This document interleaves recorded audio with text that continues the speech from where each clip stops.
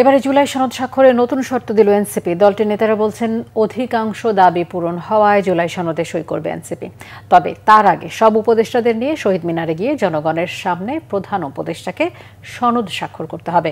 সন্ধ্যায় জাতীয় প্রেস ক্লাবে জুলাই সনদের রূপরেখা নিয়ে আয়োজিত আলোচনায় এনসিপির মুখ্য সমন্বয়ক নাসিরুদ্দিন পাটোয়ারি বলেন, এটাই হবে ডক্টর ইউনূসের সেফ এক্সিট। এছাড়া জাতীয় নির্বাচনের আগেই গণভোট হতে পারে বলেও মতামত দেন তিনি। এ সময় সুপ্রিম কোর্টের আইনজীবী শিশির মনির বলেন, নভেম্বরের শেষে গণভোটের আয়োজন করা যেতে পারে, এতে কোনো দলের আপত্তি হওয়ার কথা নয়। জনগণকে সাথে নিয়ে ডক্টর মোহাম্মদ ইউনূসকে আদেশ জারি করতে হবে বলেও মনে করেন তিনি। বৈঠকে রাজনৈতিক দলগুলোর প্রতিনিধিরা বলেন, লন্ডন বৈঠকের পরে অন্তর্বর্তী সরকারের উপর আস্থা রাখা কঠিন। জুলাই সনদের আদেশ জারি করবেন, সাইন করবেন, আমরা সেখানে সাইন করব। সকল আহত শহীদ জুলাই ফ্যামিলি, দেশপ্রেমিক যারা রয়েছে সকলকে উনি আহ্বান জানাবেন, সকলে আসবে। ২ নম্বর জিনিস হলো আসিফ নজরুলের বড় দায়বদ্ধতা রয়েছে, বিচার এবং সংস্কার। তার কোর্টে গিয়েছে, এখন দেখি আসিফ নজরুল কত বড় কোর্টে বল খেলে।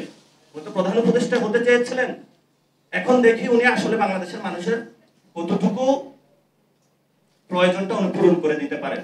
নভেম্বরের শেষ সপ্তাহে এরকম একটা গণভোটের আয়োজন হতে কোনো আপত্তি থাকার কারো কথা আছে বলে আমার কাছে মনে হয় না, কারণ everything is ready, everything is prepared. এখানে কোনো ক্যাম্পেইন নাই, এখানে কোনো বাড়তি কিছু নাই, শুধু ব্যালট বক্সে হবে। এখানে পক্ষ বিপক্ষ নমিনেশন নাই, উইথড্রয়াল নাই, মামলা নাই, পক্ষে বিপক্ষে হাইকোর্ট নাই, সুপ্রিম কোর্ট নাই। Very easy job.